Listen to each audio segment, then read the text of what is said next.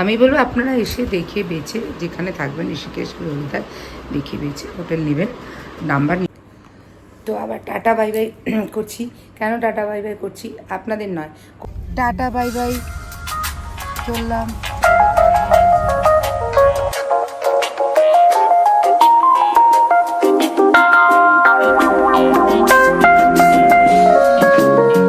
Love me, Matthew? I do. Honestly? Yes. Secretly, but not. Good morning বন্ধুরা, আশা করি সবাই ভালো আছেন। আমরা খুব ভালো আছি। তো আগের দিন কিন্তু দেখিয়েছিলাম, মানে আগের ব্লগে দেখিয়েছিলাম হচ্ছে রাজধানী চড়ে হাওড়া থেকে দিল্লিতে আসা এবং দিল্লি থেকে হরিদ্বারে আসা, মানে হরিদ্বার ঋষিকেশের মাঝখানে যে হোটেল, সেই হোটেলে আসা এবং হোটেলের ঘর সমস্ত আপনাদের সাথে শেয়ার করেছি। আর আজ সকাল সকাল উঠেই বেরিয়ে পড়েছি সোনপ্রয়াগের উদ্দেশ্যে। ভোরবেলার পবিত্র হরিদ্বারের শহর থেকে আমাদের যাত্রা শুরু হয়। গঙ্গার তীরে অবস্থিত একটি ধর্মীয় শহর ছেড়ে আমরা পাহাড়ের পথে এগিয়ে চলি। রাস্তার দুপাশে সবুজ পাহাড়, নদীর কলকল ধ্বনি এবং মনোরম প্রাকৃতিক দৃশ্য যাত্রাকে আরও সুন্দর করে তোলে। তবে এই যাত্রার মাঝখানে কিছু অমূলক ইস্যু আমাদের সাথে ঘটে গেছিলো। যেটা হয়েছিল সেটা হচ্ছে আমাদের প্যাকেজওয়ালার জন্য, এবং আমাদের প্যাকেজওয়ালা আমাদের যেখানে হোটেল দেওয়ার সেখানে দেয়নি। আগেও এটা আপনাদের ডিসকাস করেছি, আবারও করছি, ওই প্যাকেজওয়ালার থেকে দয়া করে কেউ প্যাকেজ নেবেন না। কারণ উনি বলেছিলেন সোনপ্রয়াগে হোটেল দেবেন, উনি কিন্তু দেননি। আর সোনপ্রয়াগে নেওয়ার কারণই হচ্ছে যে যতটা পারা যায়, যেহেতু তার পরের দিনই কেদারনাথে ওঠার ব্যাপার, তাই যতটা পারা যায় নিয়ারেস্ট জায়গায় থাকার। তো উনি সীতাপুরেও না, সীতাপুর থেকে প্রায় 6 কিলোমিটার পিছনে উনি একটা, মানে সোনপ্রয়াগ থেকে সীতাপুর থেকে প্রায়, সীতাপুর থেকে 3 কিলোমিটার আর এটার থেকে 6 কিলোমিটার সোনপ্রয়াগ থেকে দূরে হোটেলের ব্যবস্থা করেছিলেন। তো আমি কোনো মতেই রাজি হইনি, তাই আমাদের এই ইস্যুর জন্য প্রচুর ঝামেলা হয়ে গেছিলো। গাড়িতে বসে বসেই একদিকে প্রাকৃতিক সৌন্দর্য উপভোগ করছিলাম, উল্টো দিকে ঝগড়া চলছিল। এবং এই ঝগড়া করতে করতে আমার মাথায় এলো যে 2024-এ আমরা কিন্তু থেকেছিলাম হচ্ছে জিএনভিএনে। তবে সমস্ত গল্পটা বলবো, তার আগে বলি, যদি আমার এই ব্লগগুলো ভালো লেগে থাকে তাহলে প্লিজ লাইক শেয়ার সাবস্ক্রাইব করতে কিন্তু ভুলবেন না। আর লাইক শেয়ার সাবস্ক্রাইব করলে তাহলে কিন্তু আগামী দিনগুলো আরও ভালো ভালো ব্লগ উপহার দেওয়ার আপনাদেরকে ইচ্ছে জাগবে।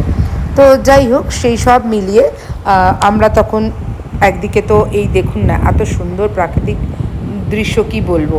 গরম হচ্ছিল ঋষিকেশের পর থেকে, কিন্তু আপনারাও জানেন যে পাহাড়ি জায়গায় কোনো রকম কোনো এসি চলে না গাড়িতে। তা সত্ত্বেও কিন্তু এত ভালো ওয়েদার ছিল আর এত সুন্দর হাওয়া দিচ্ছিল যে অতটা গরম অনুভব হয়নি। তারপরে আমি বসেছিলাম ড্রাইভারের ঠিক পিছনের সিটে অর্থাৎ মিডল সিটে। তো ওইভাবে মানে যেদিকে কাজটা পাচ্ছিলাম সেদিক থেকেই, যেদিকে দৃশ্য সুন্দর দেখছিলাম সেদিক থেকেই তুলে আপনাদের জন্য চেষ্টা করছিলাম যে দেব বলে। তো এইরকম করতে করতে আমরা চলছিলাম, এবং চলতে চলতে আমাদের অপেক্ষা ছিল এখানে যে 5টা প্রয়াগ, সেই প্রয়াগের সবাই জানেন আপনারা যে ঋষিকেশ থেকে দেবপ্রয়াগ, শ্রীনগর, রুদ্রপ্রয়াগ এবং অগস্ত্যমুনি, এই সমস্তগুলোকে টপকে তারপরে সোনপ্রয়াগ আসে। তবে শ্রীনগর কিন্তু, এটা কিন্তু কাশ্মীরের শ্রীনগর নয়, এটা হচ্ছে ঋষিকেশ থেকে আর সোনপ্রয়াগে যাবার মধ্যে একটি জায়গার নাম শ্রীনগর। তো এই যে কথায় কথায় দেখুন না, মা ভাগীরথীর দর্শন হয়ে গেল। মা ভাগীরথীর যে অপূর্ব রূপ তা কিন্তু কোনো বর্ণনায় বোঝানো যায় না। আর একটা জিনিস হচ্ছে যে যতই ফটো, যে যতই যাই করুক, চোখের যে ক্যামেরা ভগবান আমাদের মধ্যে দিয়েছে সেটার ঝুড়ি মেলা কিন্তু ভার। তা দিয়ে যা দেখব তাই কিন্তু আমাদের মস্তিষ্ক একেবারে তার ছবির যে আলাদা একটা জায়গা সেটা কিন্তু সেটা রেখেই দেয়, এবং সেটা হয়ে যায় স্মৃতি। এই স্মৃতির সঙ্গে কোনো জিনিসের তুলনা হয় না। তো ধীরে ধীরে চলতে চলতে যে গল্পটা বলছিলাম, আমরা কি করলাম, আমি ভাবলাম 2024-এ তো আমি জিএনভিএনে ছিলাম, তো দেখি না একবার। তো যেই না বলা সেই মুহূর্তে আমার হাজব্যান্ডকে ফোন করি। তিনি ছিলেন কিন্তু কলকাতাতেই, মানে তিনি আমাদের সাথে যাননি। তো তার চেনা জানা একজন ব্যক্তি ছিল পারমেশনাথজি। তো ওনাকে তখন তাড়াতাড়ি ফোন করা হলো, এবং ফোন করার পর উনি বললেন হ্যাঁ একটা ডরমিটরি আছে, তো সেই ডরমিটরিটা হয়ে যেতে পারে। তো আমরা তো মানে প্রচণ্ড আনন্দিত হয়ে পড়লাম যে যাক তবু ভালো। এবং সঙ্গে সঙ্গে আবার প্যাকেজওয়ালাকে আমরা রিকোয়েস্ট করলাম যে দেখুন দাদা, আমরা কিন্তু আপনার ওই হোটেলে উঠছি না, এবং আমরা তখন কিন্তু ঠিকই করে ফেললাম যে আমরা জিএনভিএনে উঠবো। তো এই হচ্ছে আমাদের পথ চলার মেন গল্প, যেটা হচ্ছে বারবারই আপনাদের আমি বলবো যে তার এই অ্যাক্টিভিটিসগুলো কী ধরনের প্যাকেজগুলো আমাদের ডুবিয়েছিল, এবং কিভাবে আমরা নিজেরা বুদ্ধি কাটিয়ে সেটার থেকে উদ্ধার পেয়েছি। ক্রমে পাহাড়ি রাস্তা ধরে আমরা পৌঁছে গেছিলাম গুপ্তকাশী, এবং তারপরে গুপ্তকাশী আগে তবে দেবপ্রয়াগের যে স্থানটা সেটা আপনাদের সাথে শেয়ার করি। এই যে দেখুন চলে এসেছি কিন্তু সেই দেবপ্রয়াগের সেই মানে সঙ্গমস্থলে। এই সঙ্গমস্থলই কিন্তু মন্দাকিনী আর অলোকনন্দার সঙ্গমস্থল। এবং এখানে একটা জিনিস লক্ষ্য করব, সম্পূর্ণভাবে দুটো নদীকে কিন্তু পৃথক করেছে এখানে, একটা রং সবুজ আর একটি ঘোলাটে একটু। পাহাড়, নদীর কলকল ধ্বনি এবং মনোমুগ্ধকর প্রাকৃতিক দৃশ্য যাত্রাকে করে তোলে আরও আনন্দময়। রুদ্রপ্রয়াগে অলোকনন্দা ও মন্দাকিনী নদীর সঙ্গম দর্শন করে আমরা এগিয়ে চলেছিলাম গুপ্তকাশীর দিকে। কিন্তু এই সঙ্গমস্থলকে এড়িয়ে চলে যেতে মন চাইল না, তাই এখানে আমরা একটুখানি ফটো সেশন করে নিয়েছিলাম, এবং নিজেরা তো ফটো সেশন করিয়েছিলাম, তার সাথে আপনাদেরও দর্শন করিয়ে দিচ্ছি ওইদিকে অলোকনন্দা আর এদিকে মন্দাকিনী জলের পার্থক্য দেখাতে। তাই দেখুন একটু ভিডিও করে নিলাম। এই যে দেখতে পেয়েছেন এই দুই ধারা মিলেছে, এবং মিলে দূরে গিয়ে তৈরি হয়েছে ভাগীরথী বা গঙ্গা নদী যাই বলে। এবং এখানে কিছুক্ষণ ফটো সেশন তো করেইছিলাম, তার সাথে এর পাশে খুব সুন্দর ফল বিক্রি হচ্ছিল, তা আমরা সেই ফল কিনেও ফেললাম। আমি কিনেছিলাম শশা, আর একজন কিনেছিল একটু 5 রকমের কাটা ফল, মানে কেটে দিচ্ছিল। কাটা ফল মানে ভাববেন না যে রাস্তায় বিক্রি কাটা ফল আমরা খেয়েছিলাম। তো যাই হোক, সেই ফল আর শশা আর ব্যাগে ছিল বিস্কিট, সেগুলো খেয়ে আমাদের একটুখানি ক্ষুধা শান্ত করে আমরা এগিয়ে যাচ্ছিলাম গুপ্তকাশীর দিকে। কিন্তু মনে মনে একটাই জিনিস চলছিল, কি করব ভেবেও পাচ্ছিলাম না। পাবো তো জায়গা জিএনভিএন, তবে জিএনভিএন মাথায় থাক, এখন শুধু প্রাকৃতিক দৃশ্যই আমাদের কাছে বড় হয়ে দাঁড়িয়েছে।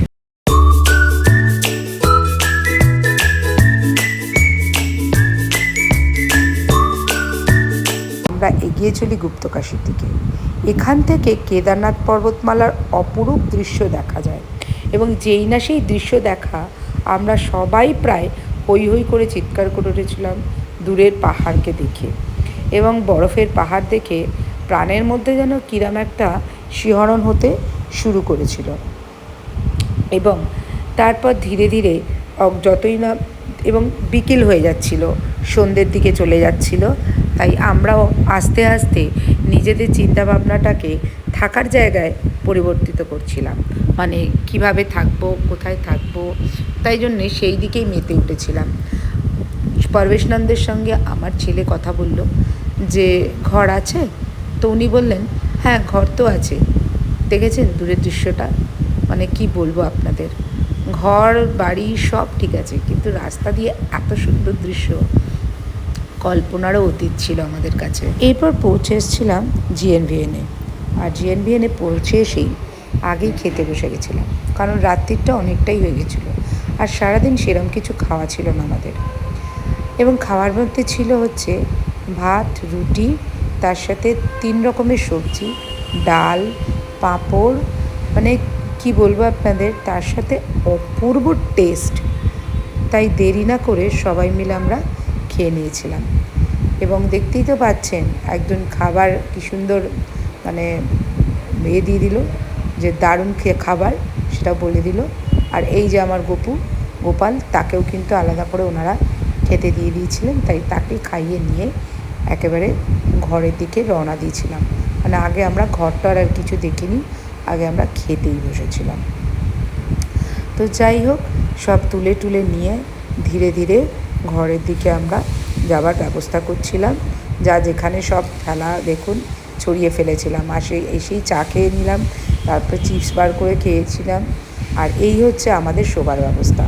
ছিল হচ্ছে 8 বেড, কিন্তু আমরা 5 জনই 8 জনের বেডটাকেই নিয়ে নিয়েছিলাম। ওনারা এটাই আমাদের সেদিনকার মতো অ্যাসাইন করে দিয়েছিল। বিছানাপত্র খুব একটা বিশাল পরিষ্কার নয় বা খুব নোংরাও ছিল না, কিন্তু অপূর্ব মানে এমনি পরিষ্কার খুব। ঘরে জাগ দেওয়া ছিল জলের, তারপরে বিছানায় আমরা চাদর পেতে নিয়েছিলাম, বালিশগুলো পরিষ্কার পরিচ্ছন্ন ছিল, অনেকগুলো প্লাগ ছিল যেটা আর কি চার্জ দেওয়ার জন্য। আর এই হচ্ছে ওয়াশরুমের আলোগুলো জ্বালিয়ে ফেললেই বুঝতে পারবেন ওয়াশরুমটা কেমন। আর এই হচ্ছে ওয়াশরুম, 2টো বেসিন মুখ ধোয়ার জন্য, এদিকে একটা স্নানের জায়গা আর গিজার, আর হচ্ছে এদিকে একটা বাথরুম আর একটা বাথরুম, মানে 2টো বাথরুম 2টো স্নানের জায়গা। তাই আশা করা যায় কোনো রকম অসুবিধা এখানে আর হবে না। তো যাই হোক, আজকে এইটা দেখাতে দেখাতেই ব্লগটা কিন্তু শেষ করব। কালকে একটা বিশাল বড় জার্নি আছে, তাই আর বিশেষ বড় করলাম না ব্লগটা, তাই এখানেই রাখছি। গুড নাইট, ভালো থাকবেন, আশা করি সবাই ভালো থাকবেন। লাইক শেয়ার সাবস্ক্রাইব করতে কিন্তু ভুলবেন না।